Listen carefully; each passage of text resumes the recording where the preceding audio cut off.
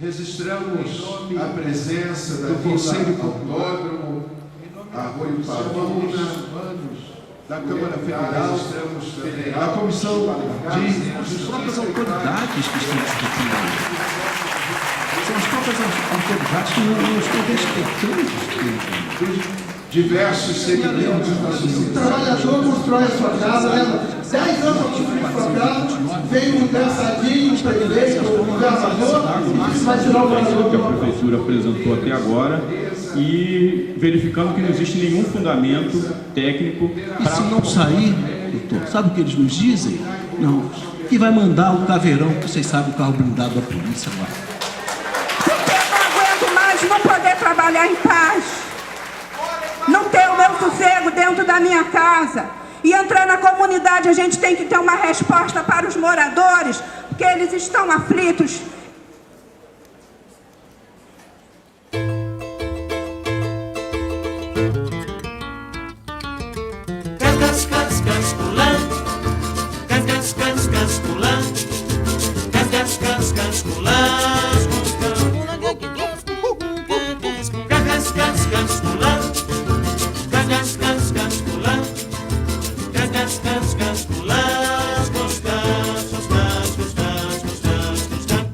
Se o senhor não tá lembrado, dá licença de contar que aqui aonde agora está esse edifício alto era uma casa velha, um palacete assobradado.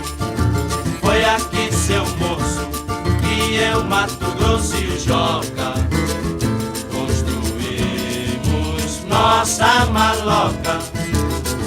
Mas um dia nós nem pode se lembrar, veio os homens com as ferramentas, o dono mandou derrubar.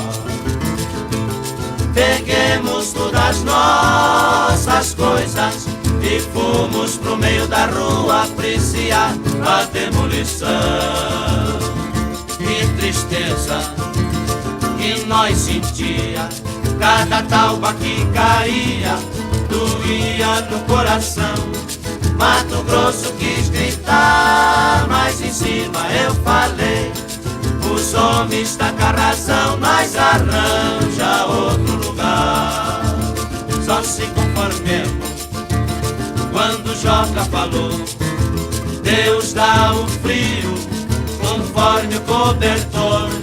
E hoje nós pega a paia nas gramas do jardim, e pra esquecer nós cantemos assim: saudosa maloca, maloca querida, din onde nós passemos dias felizes de nossa vida.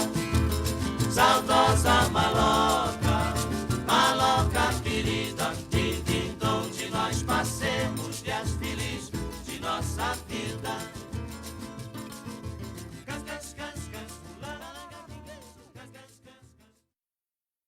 Dom Helder, ele tinha um prestígio muito grande, porque ele era muito envolvente.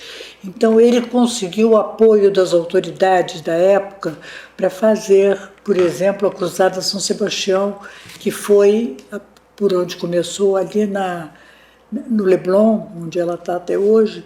Mas ali havia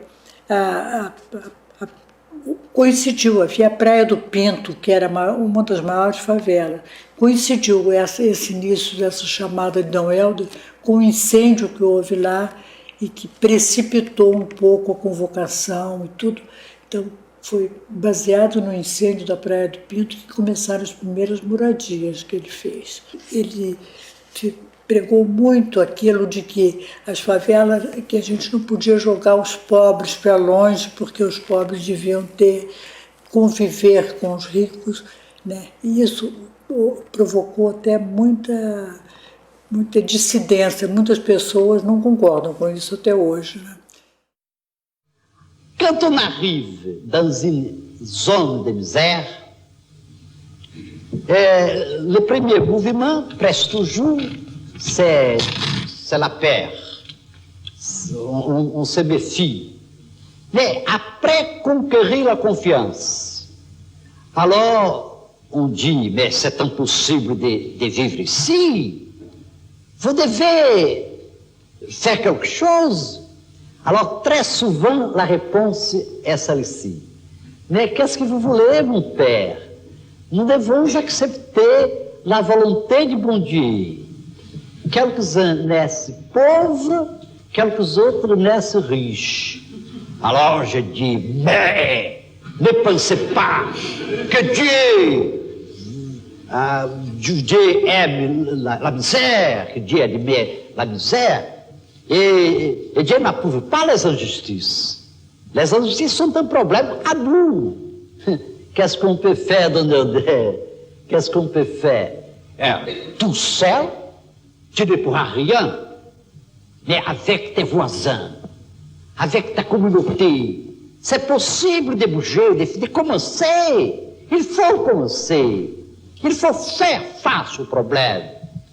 Alors, très souvent, on écoute dire, mais ça, c'est l'affaire des gouvernements. Oh, si vous ne commencez pas, le gouvernement n'arrivera pas.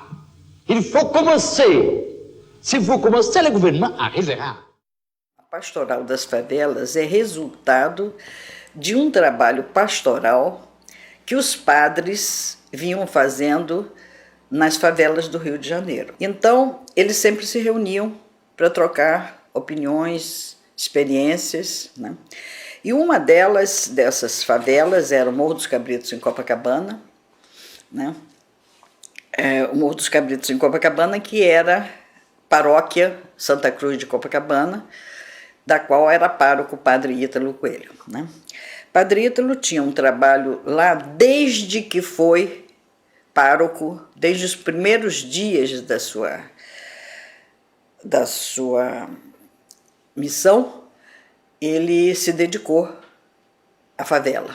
E então, combinando com outros que também faziam, né, a mesma coisa, quer dizer, tinham suas ações, tinham suas intervenções eclesiais, intervenções sacerdotais nas áreas de favela das suas paróquias, começaram a se reunir, né, e a trocar experiências. A igreja no Brasil estranhou em alguns lugares, mas aos poucos, quando viram que nós íamos, quando tinha esses acidentes, por exemplo, a favela de Brás de Pina, eram 1.100 famílias, e todas elas iam ser removidas lá para, vamos dizer assim, Vila Kennedy. Essas 1.100 famílias, só 100 aceitaram, e as outras 1.000 famílias rejeitaram, e nós éramos lá mais de 80 padres, todos de batina, e apreciando o que o governador fazia de ruim para os favelados. E o padre não é só da sacristia, o padre é da vida da pessoa. Então, o bispo convocando dessa forma, eu não tinha partido político. O importante é isso, ninguém podia me acusar de política, porque não tinha, lá não se conquistava voto. Minha missão é a missão para o homem. E o homem não é só a parte espiritual, o homem também é a parte material. Então, o sofrimento, a injustiça que afeta o homem, afeta também a igreja. A igreja não iria combater com as armas comuns, mas com as armas do Evangelho. Os padres, as paróquias, não é só para rezar, é para o bem-estar também material. Porque sem isso, fica perturbada a parte espiritual. E eu era pintado como como é que se diz, como um militante marxista e não sei mais o quê, não? E que era o fomentador de todas as subversões. Não? Inclusive, eu pessoalmente, e mais 3 padres, e depois 4 mulheres, moças, e 4 jovens homens, um deles era recém-casado, todos nós fomos presos. O que valia aí eram os direitos humanos, tanto para os cristãos como para outros grupos. E assim se uniram e e impediam, de todas as maneiras, estas remoções. E o Padre Ítalo, ele tinha uma proposta que era, nós costumávamos chamar de trilogia pastoral, tá? Que era exatamente, né, a presença, o testemunho e o serviço. Foi uma coisa que foi organizada nessa época, porque antes cada um trabalhava muito, mas não havia essa organização. Essa organização de pastoral que tem foi muito em consequência dos próprios métodos da ação católica de trabalho, que todo mundo tinha um método próprio de trabalhar, o ver, julgar e agir com que a ação católica trabalhava. Foi uma coisa que foi se expandindo e foi facilitando o trabalho também de união de todo mundo. Remoções que foram uma prática dos governos do Carlos Lacerda, do Negrão de Lima e do Chagas Freitas. Significava, como significa ainda hoje, quando se retomam as remoções, uma medida de limpeza étnica. Atos realmente de absoluta crueldade, de respeito absoluto à condição, à dignidade do homem e da mulher. Não havia uma metodologia. A metodologia era a ação violenta dos Estados. E essa é uma prática que, infelizmente, vem sendo retomada agora, com os governos atuais. Nós temos aí Cidade de Deus, Vila Aliança, Vila Kennedy. E esse povo que não podia ser mais admitido nas zonas enriquecidas da cidade, das chamadas zonas nobres. Então se faz uma limpeza, eu diria que alcança a pobreza e joga essa pobreza para a periferia. E se valem desses fenômenos naturais e do pretexto de criar condições para a Copa do Mundo em 2014 e para as Olimpíadas de 2016 para expulsar essa gente pobre que vive na cidade do Rio de Janeiro. Nós nos reunimos sempre na Paróquia Santa Cruz, né, que era lá, que era do Padre Ítalo, né, e estávamos nessa ocasião numa reunião para onde nós tínhamos chamado, inclusive, outras pessoas, quer dizer, para participar, para ampliar o grupo, né, da pastoral. E quando surgiu um grupo, a Associação de Moradores, representantes da Associação de Moradores do Vidigal, né, pedindo socorro porque estavam sendo ameaçados de remoção naquele momento. Com ameaça de remoção do Vidigal, Deogênio já conseguiu reunir Bento Rubião, Sobral Pinto, algumas grandes figuras da área jurídica do Rio de Janeiro para ajudar na questão do Vidigal. Então juntou a questão do Vidigal, juntou a questão dos loteamentos clandestinos. A igreja percebeu que precisava de um trabalho mais organizado. Foi aí que Dom Eugênio entrou, né, com firmeza para formalizar mesmo o início dessa ação, como um início formal, né, porque iniciada já estava. O Vidigal, que é um modelo para isto, eles iam desapropriar. E com o papel na mão, que era o da Justiça, que apelei com os advogados para o tribunal, foi sustado. Já disseram que já vinha caminhão para transportar os móveis. E com aquele papel parou. Agora, isso provoca um pouco de irritação. Mas eu não procurava saber, nem tinha medo também. E quando estava na madrugada daquela, foi uma madrugada meio que terrível, né? O pessoal, a polícia cercando a favela, a polícia, Camburão, uma série de coisas, e a comunidade muito estressada, né? Apavorada com o que estava acontecendo, quando nós chegamos, então, com o documento jurídico, judiciário, que permitia a permanência da comunidade no local, né? E estava, nesse momento, então, foi consolidada, né, a ação pastoral das favelas da Arquidiocese do Rio de Janeiro.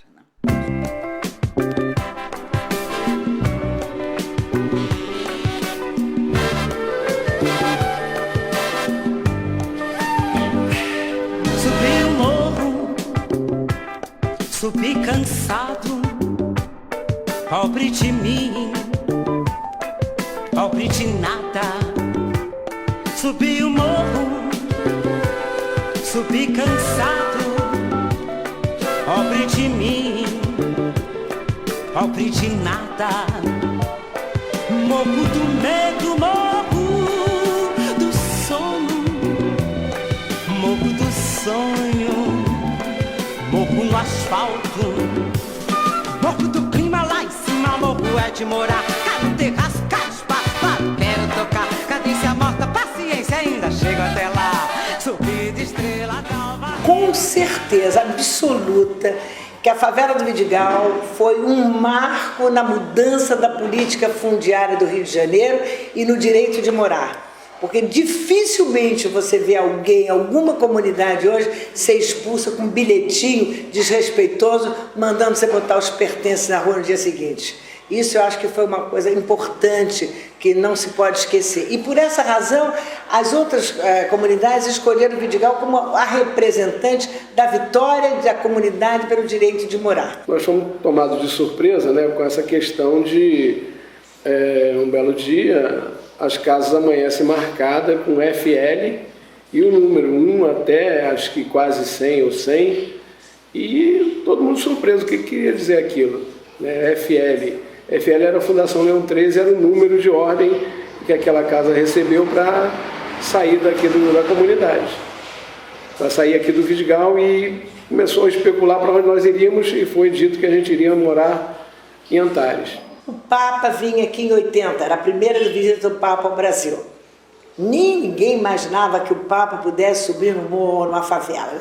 Aí, nós estávamos sentados na reunião, porque vinha aquela equipe avançada, vinha segurança, tudo que você possa imaginar. Aí, o Eugênio falou, eu gostaria muito que o Papa, quando viesse aqui ao Rio, ele conhecesse a nossa realidade. Porque quem faz essa cidade, quem constrói essa cidade, não são os políticos grandes, nem os doutores, não. É a turma, é o operário, é aquele que trabalha. Então, que ele conhecesse a nossa realidade. Aí eu me lembro que os militares estavam sentados na mesa, os olhos caíram e disseram assim, uma comunidade de favela? Eu lembro que na época que o Dom Eugênio apoiou a luta do Vidigal, por exemplo, né, ele foi chamado pelos militares na época, que deve ter dito para ele, Dom Eugênio, você está apoiando aqueles comunistas, aqueles subversivos, sei lá o que nós éramos chamados. Então, a Pastoral de Favelas teve um papel importantíssimo, e Dom Eugênio era quem comandava a Igreja Católica naquela época. Então, a pastoral foi fundamental na nossa organização, na nossa consciência. Tinha a turma que vinha, equipe da frente, sempre a turma que vem ver se pode subir. Chegamos aqui, subimos isso tudinho, ele olhou. Quando saímos daqui, ele disse, tá ok. E aí marcamos a visita do Papa aqui ao Vidigal. Foi construída essa capela com mutirão, não foi feito com mutirão? Os próprios moradores, o seu próprio esforço, cara que tinha aqui e ali uma ajuda de tijolo, mas eles levantaram com as próprias mãos essa capela que chamou a Capela de São Francisco. Então foi uma coisa assim inesquecível. O Papa, em 1980, ele chegou aqui com toda a comitiva e daqui então dessa varanda ele falou para todo o Brasil, porque foi a primeira visita do Papa ao Brasil. O segundo dia do Papa no Rio começou com a visita ao Vidigal. Em um clima de intensa alegria, João Paulo II foi recebido pela população do Vidigal, representando as favelas do Rio de Janeiro.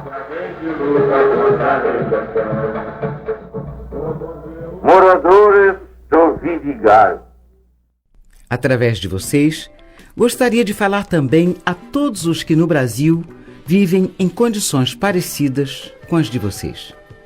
Entre vocês, são muitos os pobres. E a igreja em terra brasileira quer ser a igreja dos pobres. As palavras de Cristo sobre os pobres em espírito fazem porventura esquecer as injustiças? Permitem elas que deixemos sem solução os diversos problemas que se levantam no conjunto do assim chamado problema social? Estes problemas permanecem na história da humanidade, assumem aspectos diversos nas diversas épocas da história. e tem sua intensidade de acordo com a dimensão de cada sociedade em particular, assumindo ao mesmo tempo a proporção de inteiros continentes e, enfim, de todo o mundo. É natural que estes problemas assumam também uma dimensão própria desta terra, uma dimensão brasileira. A igreja em todo o mundo quer ser a igreja dos pobres. A igreja em terras brasileiras quer também ser a igreja dos pobres. Isto é, quer extrair toda a verdade contida nas bem-aventuranças de Cristo e, sobretudo, nesta primeira. Bem-aventurados os pobres em espírito. Quer ensinar esta verdade e quer pô-la em prática, assim como Jesus veio fazer e ensinar. Morro do medo, morro do sono, morro do sonho, morro no asfalto, morro do clima lá em cima, morro é de morar, cadê cascata, espaço, claro, quero tocar, cadência morta, paciência, ainda chego até lá, subir da estrela d'alba ilumina, soneto numa casa pequenina. Samba de roda tem mais clima, na dança fluvial de uma menina.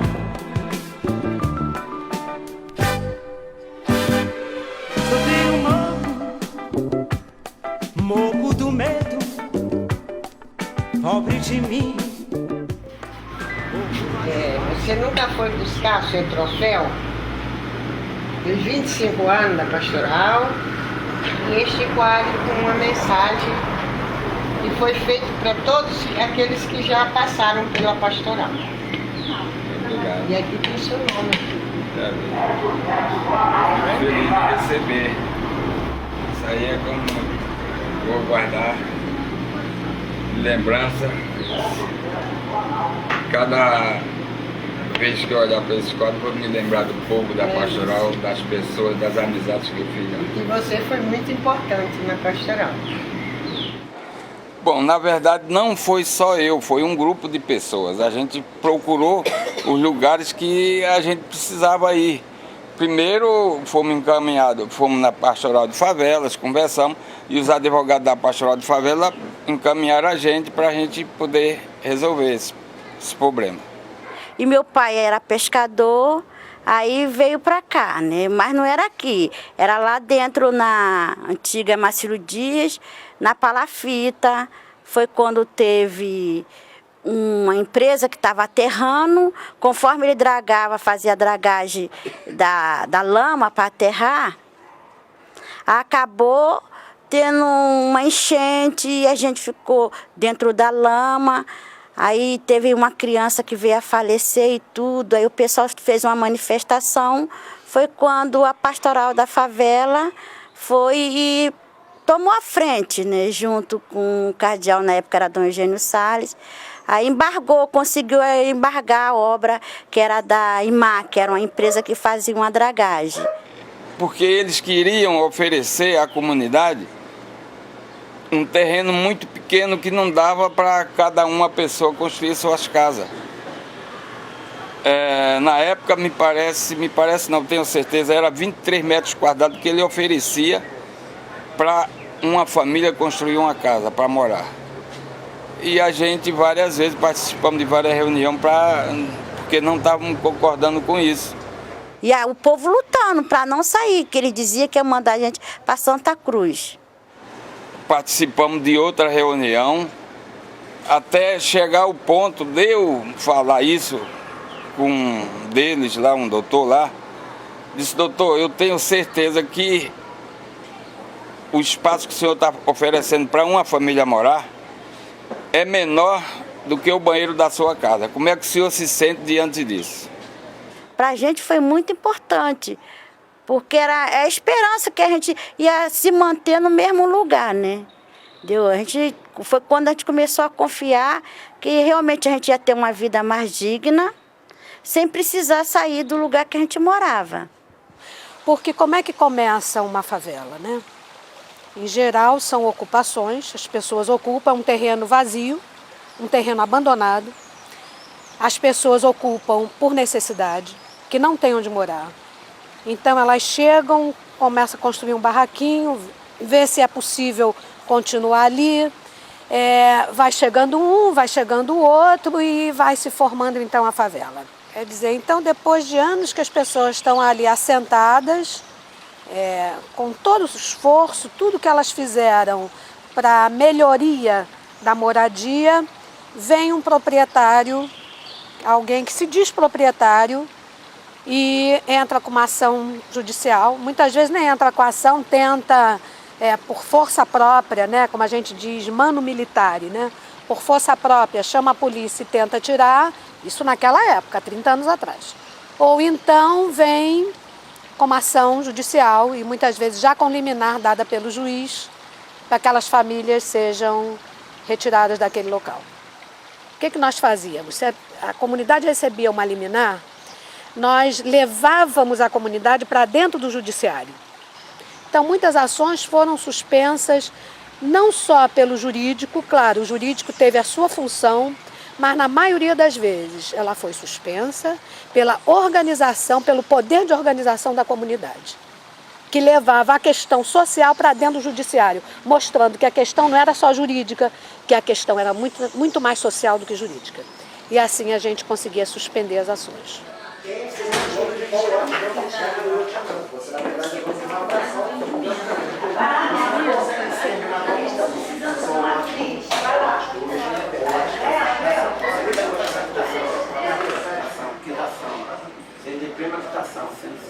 Então, por exemplo, esse aqui. É só revalidar esse ofício.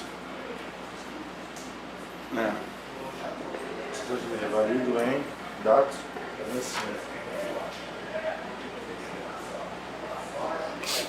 Aqui está até falando, olha só, lote 2 da quadra B do tal, direitinho. Registrado no memorial de loteamento, tá vendo? Direitinho. Aí aqui ele me faz essa descrição completamente diferente ali. O trabalho da Pastoral de Favelas é muito importante. Na verdade, até eu posso fazer um testemunho aqui. Eu atualmente estou nesse núcleo especializado que trabalha com conflitos coletivos envolvendo a moradia, pela movimentação que a Pastoral fez em 2007, salvo engano foi 2007, na proteção das comunidades que estavam sendo ameaçadas de remoção de Jacarepaguá. E a Defensoria, na verdade, faz a assistência jurídica dessas comunidades. A Pastoral normalmente encaminha muitas comunidades aqui, né, faz o atendimento, recebe muitas comunidades, né, até porque a atuação deles é dentro das comunidades. Então eles atendem a comunidade, encaminham para a Defensoria, tem essas reuniões terças-feiras. Então realmente é um trabalho muito atuante.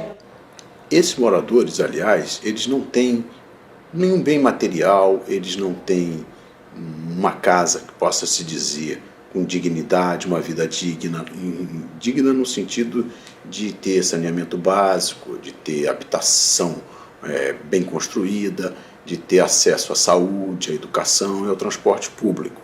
Daí porque assume uma relevância muito grande o papel desempenhado pela Pastoral de Favelas. O direito, enquanto uma norma escrita, né, que é aprovada por deputados e senadores e vereadores também, que tem as leis municipais, esse direito que está no código, esse direito que está no papel, ele é muito distante da realidade das comunidades. Porque o Ministério Público é uma instituição que é muito fechada em si própria, em si mesma. Uma instituição que teve ao longo dos anos um perfil extremamente repressor. O Ministério Público integra um dos órgãos de repressão do Estado. Mas com a Constituição de 1988, o Ministério Público assume também um outro perfil, o perfil de ser o verdadeiro advogado do povo. E aí, por isso é importante que a própria comunidade entenda que o seu direito é muito importante e exija a aplicação do seu direito. Isso deve ser um exercício diário. Pura e simplesmente, retirar as pessoas de onde estão acostumadas, do seu habitat, para colocá-las em local distante a 30, 40, 100, 120 quilômetros distante dali, isolados, é contribuir decisivamente para o aumento da violência, para o aumento da pobreza e para o aumento de desfazimento de famílias inteiras, de núcleos familiares inteiros. E quero lembrar aqui que a existência da família, a consolidação da família é instrumento poderoso para prevenir a violência, para formar cidadãos de bem e para a educação do país. Também outra dificuldade que eu tenho, enquanto técnica do direito mesmo, é essa compreensão do direito, né, do direito humano mesmo, como se fosse uma coisa quase marginal, né? Você falar em direitos humanos para algumas pessoas é uma defesa do marginal, não é isso.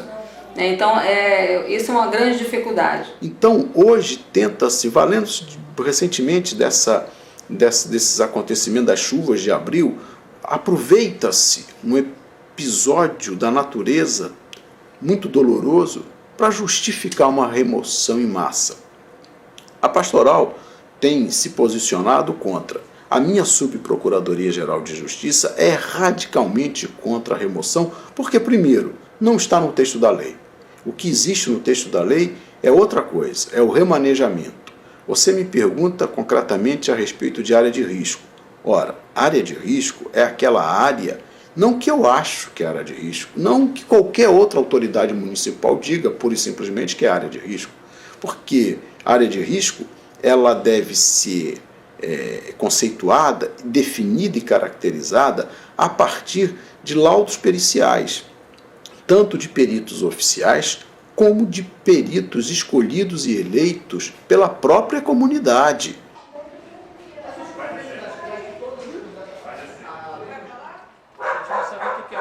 Eles mesmos tiraram, moradores que tiraram.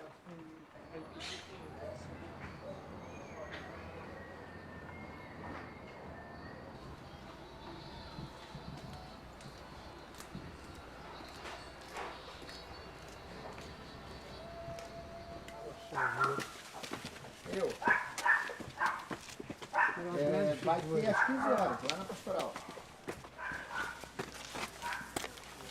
José. Não, estou dando. Deixa eu ver, aqui... Porque agora está muito exposto, né? Uma nova chuva. Eles têm medo que acho que tem uma árvore grande lá em cima que a gente não está vendo daqui, entendeu? Que isso aí continue a descer, né? E que você vê, ó, nós estamos 6 de abril, hoje é 24 de maio. 50 dias.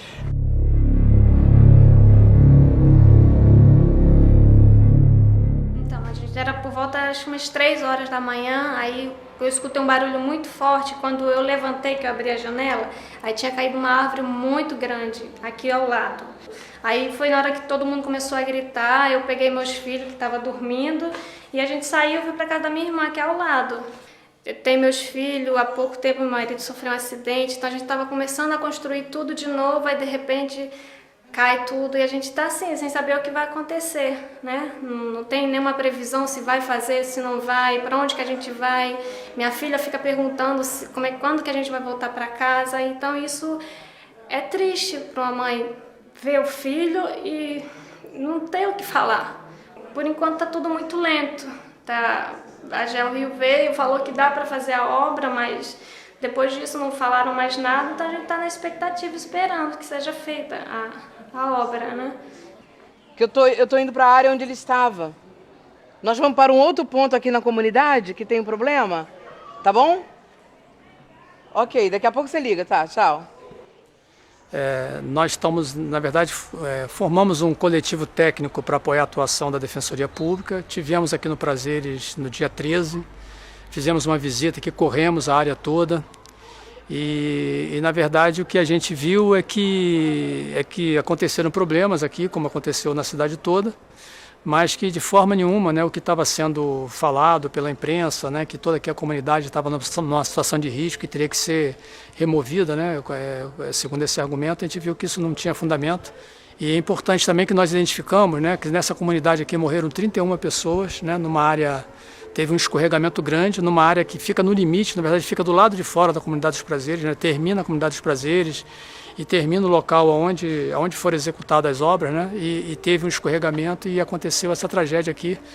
Mas, na verdade, a gente pode dizer que por falta de uma continuidade, né? Tanto de fazer uma manutenção dessas obras que foram executadas aqui, como você continuar na comunidade identificando outros problemas, né? E executando as obras, né? Que talvez se isso tivesse sido feito, né? Na verdade, eu estou falando de uma responsabilidade do poder público, né? Essas mortes que ocorreram aqui não teriam acontecido. Não, nesse tempo de 4 relógios, as televisões eram aprontadas. Aí a gente via na televisão na casa de alguém. Não era nem todo mundo que...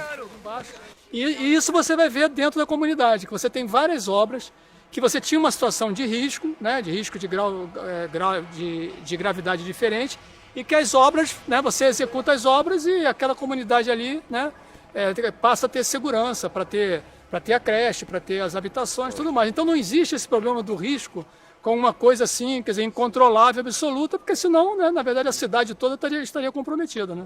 Em primeiro lugar, nós estamos imersos no mundo, nós temos um compromisso de missão que é evangélica e é muito política. Paulo VI dizia que a dimensão mais suprema, mais importante da caridade, do amor ao próximo, é a dimensão política. Por isso, a Pastoral de Favelas, ao longo da sua história, com avanços e recuos, estímulos e contenções, libertação e opressão, ela é fundamental porque ela realiza o mandamento de Jesus, ela concretiza a opção preferencial pelos pobres. Mesmo que haja algum remanejamento, eu acho que a importância da força das comunidades é o seguinte: vamos discutir o direito que nós temos. Se a gente tiver que sair, a gente até vai sair. Vamos sair com dignidade. Vamos sair tendo um valor, numa indenização, em que a gente possa comprar uma outra casa como a gente tinha aqui nesse lugar. Quando o dia da paz vai ser, quando o sol da esperança brilhar, eu vou cantar. Quando o povo nas ruas sorrir, e a roseira de novo florir, eu vou cantar. Quando as cercas caírem no chão, quando as mesas se encherem de mão, eu vou cantar.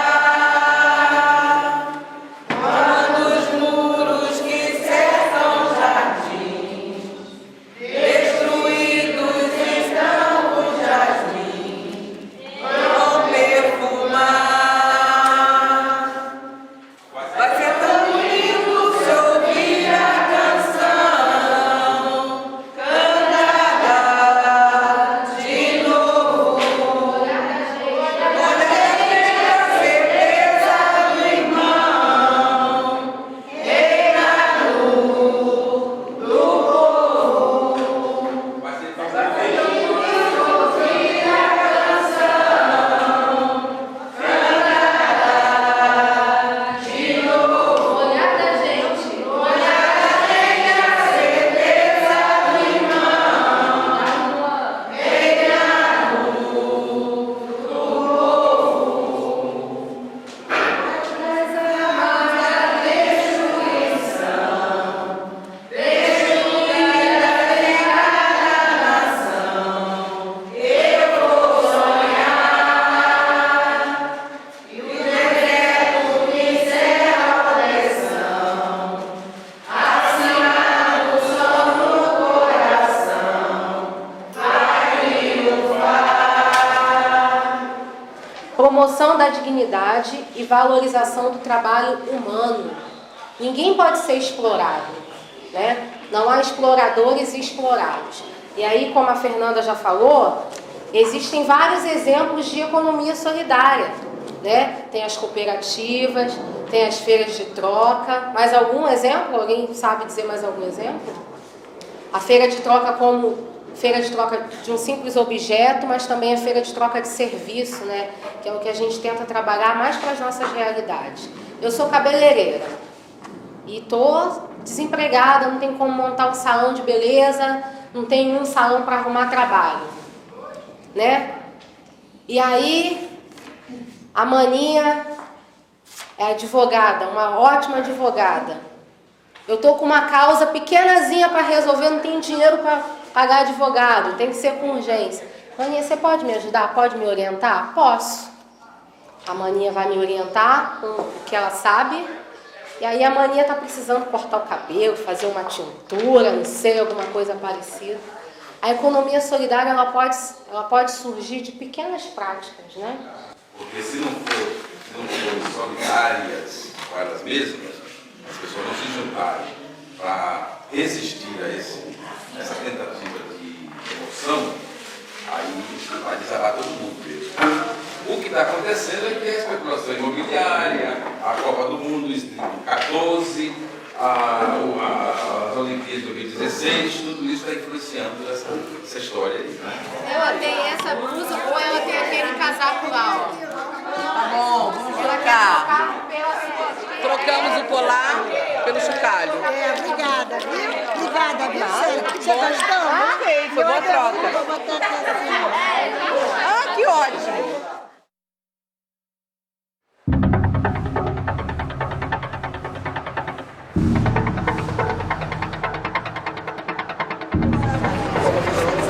A importância do fortalecimento na luta dos crimes de Acari é que em São Paulo e como no Brasil como um todo, assim acontece, os arquivamentos acontecem e a impunidade era perpetuada. E a gente é inaceitável uma mãe perder um filho para o Estado.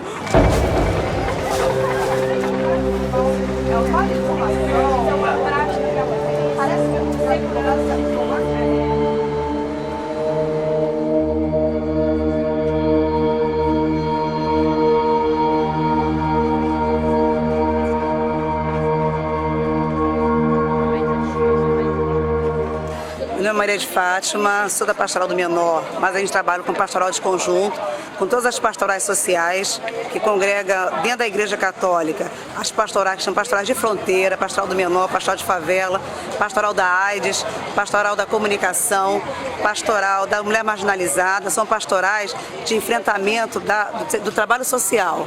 São trabalhos voltados para o povo, que ouve o povo na linguagem popular e forma o povo para lutar com seus direitos. Meu nome é Maria Isabel, eu sou moradora do Parque Colômbia, a minha rua é Rua Padre Lima, e na nossa rua está havendo uma remoção, que ao nosso ver é ilegal. A gente pega esse tal do cheque, que é o cheque social, e uma semana vem a draga e derruba nossas casas. Porque eu não vou sair da minha casa, pegando 1.200, que é 3 meses desse aluguel social, e na outra semana a prefeitura vem e derruba. Agora, quem nos garante? Quem nos garante que ele vai continuar pagando até 2013, que é no caso? Muitos moradores da minha rua saiu da própria moradia, está morando nesse aluguel social em área de risco. Por quê? Com R$400 não consegue alugar em outro lugar. Nós queremos, inclusive, fazer um convite, quem quiser ir na nossa comunidade ver, filmar ao vivo e a cor está acontecendo, nós estamos interessados a levar e mostrar a nossa realidade. Olha, a maioria das pessoas que perderam suas casas, saíram daqui onde não enchia, foram morar do outro lado da rua, que enche, as águas, quando vem enchente forte, passa pelas janelas. Quer dizer, a nossa área, que o senhor subprefeito e prefeitura alega ser área de risco, agora, depois da demolição dessas casas, realmente se tornaram área de risco. E eu acho assim, o seguinte, o senhor prefeito ou a subprefeitura, eles tinham, já que eles queriam tirar os pessoal daqui, eles tinham que fazer o seguinte: primeiro, construir os apartamentos, para depois tirar as pessoas. Não tirar as pessoas da maneira que não foram tiradas, fomos expulsos das casas. Essa é a grande realidade, porque da maneira que eles chegaram, foi com laudo de interdição, batendo nas nossas portas, pedindo identidade CPF, comprovando de residências, e que era para na associação fazer o cadastro, né? E o cheque em uma semana ia sair, no outro dia a gente tinha que sair. Aí eu tive que ir correndo na associação, fazer lá a inscrição que eles mandaram, porque eles falaram que se eu não fizesse, se eu não assinasse, ia me colocar no abrigo. Eu tenho 5 filhos, 2 adolescentes e 3 pequenos. Então, ela praticamente, a presidente, me ameaçou, no caso. Ela passava por mim todo dia. Você já foi buscar o cheque? Você já foi buscar o cheque? A prefeitura vai precisar da sua casa. A prefeitura precisa da sua casa. Eu chegava em casa chorando. Quando eu falava que tinha 5 filhos, o pessoal não queria me alugar. Dizia que não tinha casa para alugar. Aí, no caso, o que é que eu fiz? A menina falou que poderia dividir a casa da outra menina que está grávida, que tem 2 filhos pequenos também e está grávida, espera um neném. Dividiu a casa em duas, para mim e ela. Ela está morando do outro lado, no quarto. Eu fiquei com 2 cômodos e a garagem, com meus filhos. E a minha casa eu tirei a janela, tirei tudo, quebrei uma outra parte lá de atrás, porque eles falaram que vinha quebrar. Nem a tristeza, nem alguma outra criatura pode separar você. Pelo amor de Deus, que está em Cristo Jesus. Tá aqui, as outras coisas estão na outra casa. Nem mantém nada direito, nada, porque a gente quer sair daqui. Depois que eu peguei o cheque, meu marido briga comigo, porque disse que não mandou pegar o cheque, entendeu? E é tanto, quando ele chegou aí, eu botei tudo para correr. Eu falei, some da minha porta, falei mesmo, entendeu? Porque no começo eu não tinha orientação nenhuma, mas depois que as meninas começaram a ir na reunião e me falando, falei, pois agora eles não vão quebrar minha casa, não vão mesmo. E eu não vou pegar o segundo cheque, não quero de jeito nenhum. Porque a minha casa lá é 2 quartos, 2 banheiros, entendeu? Quintal, a área, aí sala, cozinha. Quando eu ia fazer obra na minha casa e ajeitar minha casa, já estava vendo minha casa toda arrumadinha, pintando, emboçando tudo. Eles chegaram com a ordem de interdição.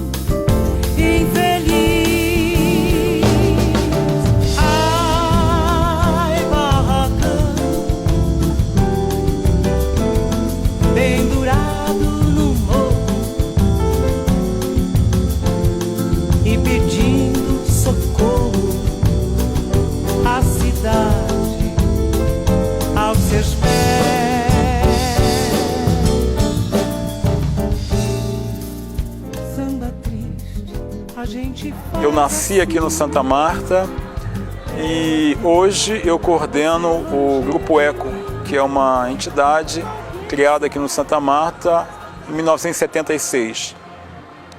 Mas também já fui presidente da Associação de Moradores e assim, a vida está aqui no Santa Marta. Bom, meu contato com a Pastoral de Favelas, ele começa, acho que no final de 77. Basicamente, é um momento em que o o Brasil está no processo de redemocratização. Eu acho que o movimento de favelas do Rio de Janeiro está ganhando força e a Pastoral de Favelas teve um papel fundamental de exatamente ser um polo aglutinador das várias lideranças, dos vários movimentos que estavam naquele momento defendendo a permanência das favelas. Olha, certamente o morador sempre está vulnerável, quer dizer, toda vez que tem uma remoção é quando a população está mais vulnerável, ou seja, porque ela já vem num processo de desgaste, num processo de fragilização, ou então quando acontece um acidente, como por exemplo as chuvas recentes no Rio de Janeiro. Então você pega a comunidade realmente no momento em que o emocional está muito fragilizado e que facilmente ela acaba, muitas vezes, concordando com o processo de remoção, mas que tem um arrependimento muito curto, muito imediato.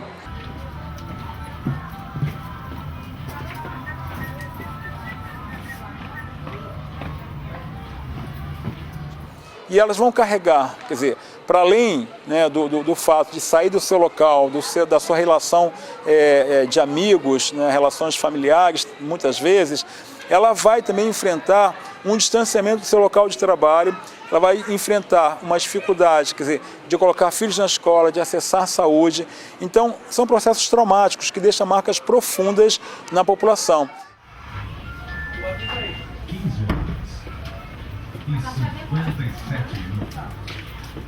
Mas eu acho que o Estado responde a uma pressão, primeiro da mídia, né, e de uma parte da sociedade carioca que tem um preconceito muito grande em relação à favela. Você tem hoje, talvez, mais de 700 favelas no Rio de Janeiro, né, você tem, sei lá, 25% da população morando em favelas, então não há local físico para remover essas pessoas todas.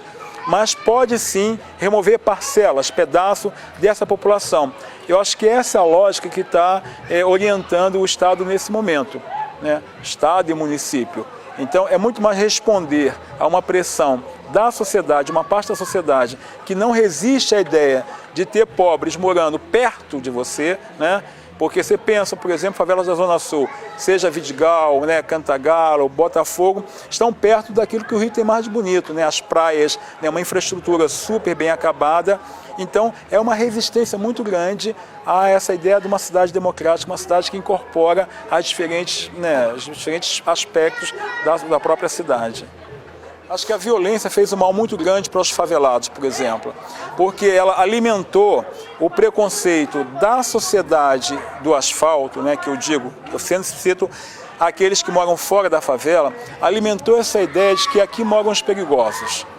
Então, qualquer iniciativa que iniba, né, e que aponte para o controle desses pobres, essa sociedade apoia. Então tem uma ilusão muito grande na elite brasileira e na carioca em particular, de achar que ele removendo os pobres para longe, que ele vai estar livre do problema. Só que isso é impossível, é uma ilusão. Porque você pode afastar agora os pobres, você pode tirar a favela, mas na verdade essa cidade, ela precisa da mão de obra, ela precisa dessas pessoas trabalhando. E essas pessoas vão estar circulando pela cidade e vão voltar a reivindicar o seu espaço. A Pastoral de Favelas teve um papel fundamental, eu acho que na virada dos anos 70 até os anos 80, para a consolidação do tema da favela, da permanência da favela no cenário do Rio de Janeiro. Porque foi através da pastoral que a gente conseguiu reorganizar a própria Faferj, a disputa que aconteceu por dentro da Faferj, democratização da Faferj, ela passou também pela discussão da própria Pastoral de Favelas. No momento em que você tinha uma restrição política partidária, em que ainda tinha um resquício da ditadura, a Pastoral permitiu, né, que movimentos de esquerda, que um pensamento diferente pudesse se abrigar no guarda-chuva da pastoral e aí lutar por uma questão do direito à moradia, à permanência dos pobres, onde eles construíram a sua vida. Um ponto para a gente comentar é essa questão do turismo, né? Por exemplo, hoje você, no Santa Marta, final de semana, você tem procissão de turistas circulando pelo morro, né? E muitos deles com um olhar muito vampiresco para a favela, né? Pouco sem respeito, apontando máquina para tudo quanto é lado, e sem isso se constituir num ganho efetivo para a própria favela. Bom, já que a favela está pacificada, qualquer um pode entrar e pode fazer o que quiser. É como se esse território não tivesse uma propriedade coletiva que é dos seus moradores. Quem vive aqui, viveu muitos anos e lutou nos momentos mais difíceis, tem o direito, né, de definir o que é melhor para essa localidade. No entanto, a dinâmica, a velocidade com que os fatos vão acontecendo, eles não permitem, não tem permitido aos moradores um pouco interferir nessa dinâmica e dar a direção.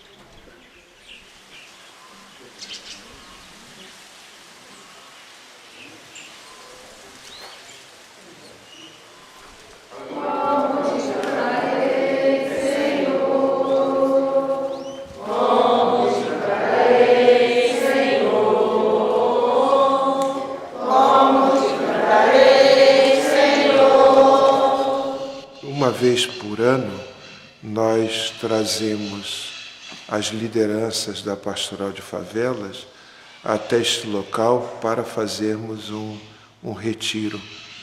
É um momento mesmo de oração, de alimentar nossa fé através da oração. Então, por isso, nós criamos esse espaço aqui. Não é um espaço de formação, mas é um espaço de oração, dessa conversa com Deus, né?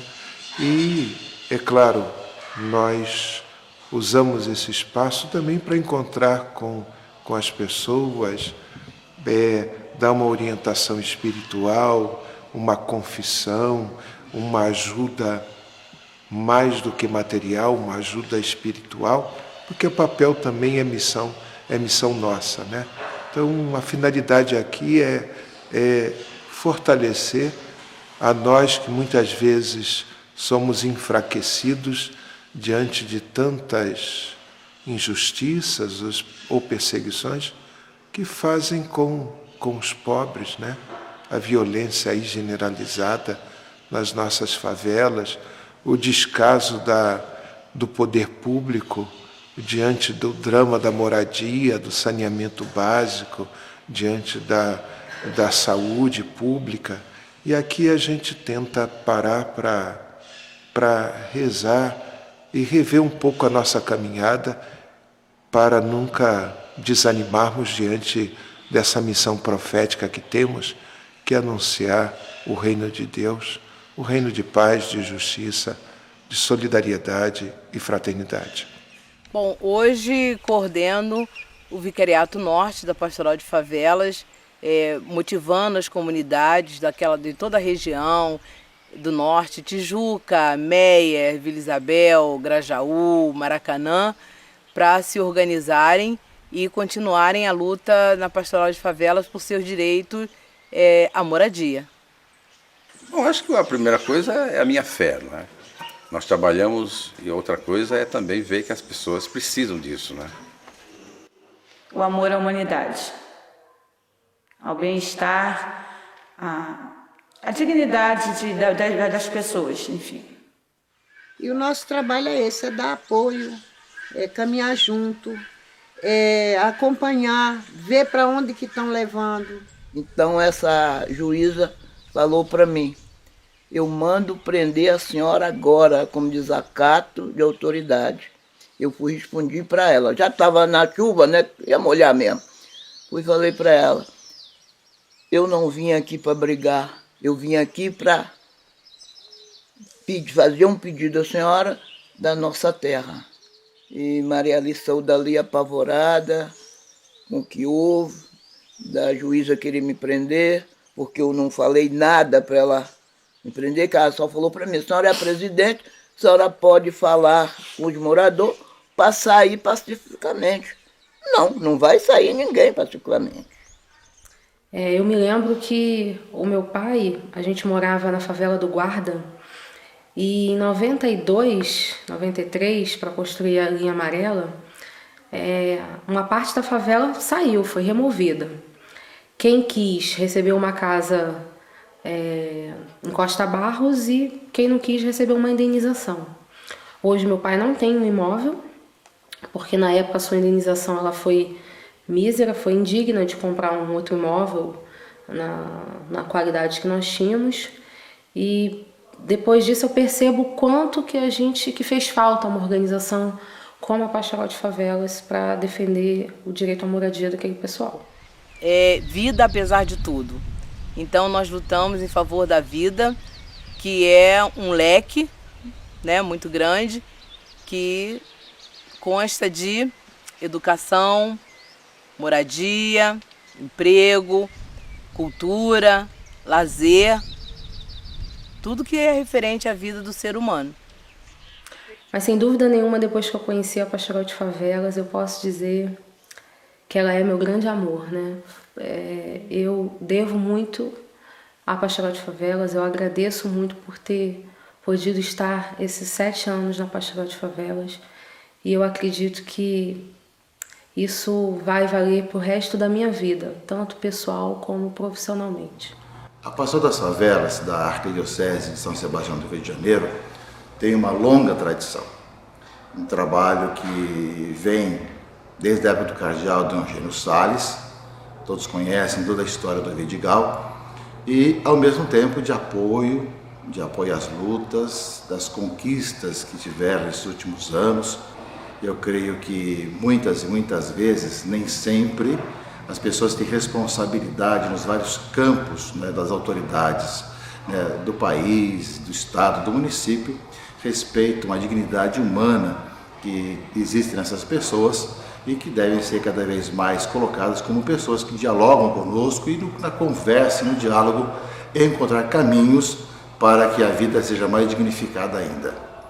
Eu quero dizer do meu apoio à Pastoral das Favelas, ao mesmo tempo dizer do meu carinho para esse trabalho que é feito e do nosso seguimento, né, com os olhos muito carinhosos a todos aqueles que aqui trabalham e que têm realmente uma grande responsabilidade de ajudar as pessoas de toda a cidade a enxergar e a ver em toda a pessoa que aqui vive, aqui habita, aqui trabalha, um filho de Deus, uma pessoa humana que tem dignidade, deve ser respeitada em todas as suas situações.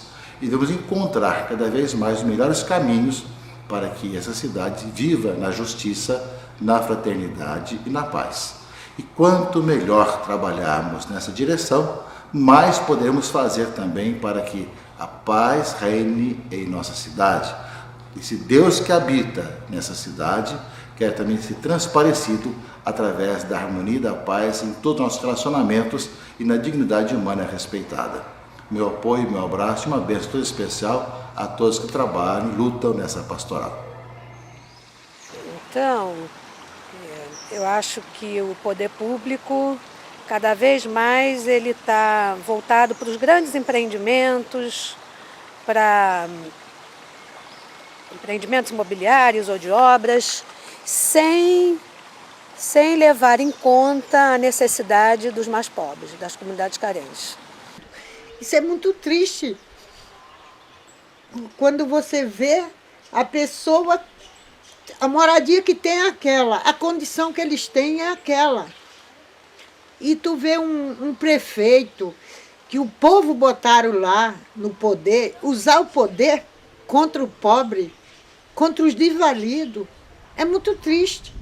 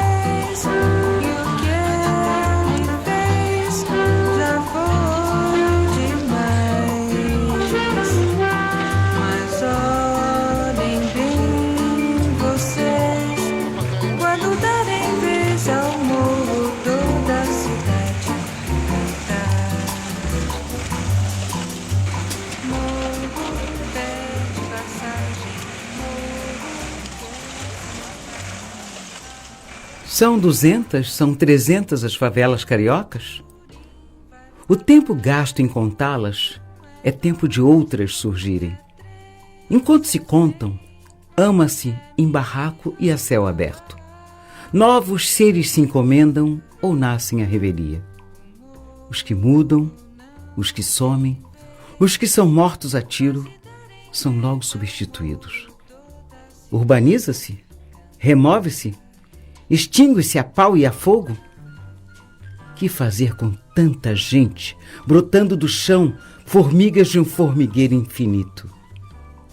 Ensinar-lhes paciência, conformidade, renúncia? Cadastrá-los e fichá-los para fins eleitorais? Prometer-lhes a sonhada, mirífica, rósea fortuna? Distribuição, de renda? Deixar tudo como está para ver como é que fica? Carlos Drummond de Andrade. Alas pro morro, tamborim vai falar, é 1, é 2, é 3, é 100, é 1000 a batucar.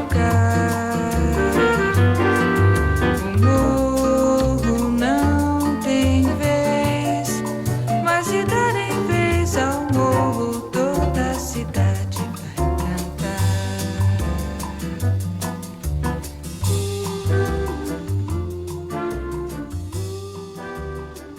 Gostaria de agradecer a todos aqueles que foram responsáveis por este trabalho de 35 anos da Pastoral de Favelas.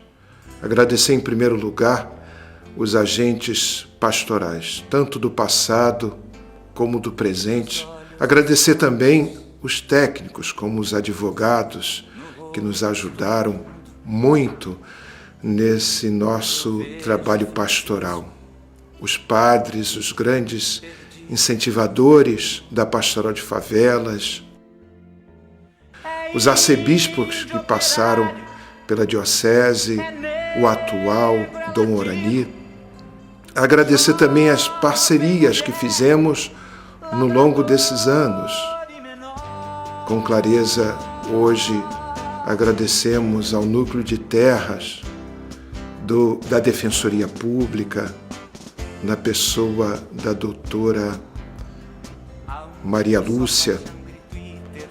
Agradecer ao Centro Bento Rubião, que surgiu da Pastoral de Favelas e que tem um trabalho também belíssimo. Agradecer ao Ministério Público, na pessoa do doutor Leonardo Chaves, o nosso amigo, irmão, doutor Baldez, que sempre ajudou juridicamente os movimentos sociais. Enfim, que Deus proteja, abençoe a todos e tendo a consciência de que essa pequena história deve marcar a nossa vida cristã e manifestar com clareza o amor que a Igreja tem por aqueles que mais sofrem dentro da cidade do Rio de Janeiro. Que Deus abençoe a todo o povo e abençoe de modo especial os mais pobres dessa cidade. Sonho de menino, novo céu e terra vão chegar.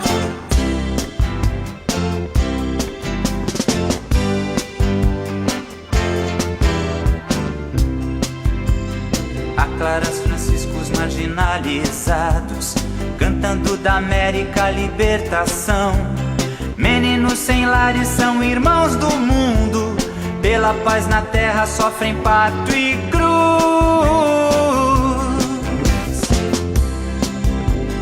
Francisco, imagem do Deus feito pobre, denuncia esperança, profecia e canto. Vence com coragem o império da morte, de braços com a vida em missão na história.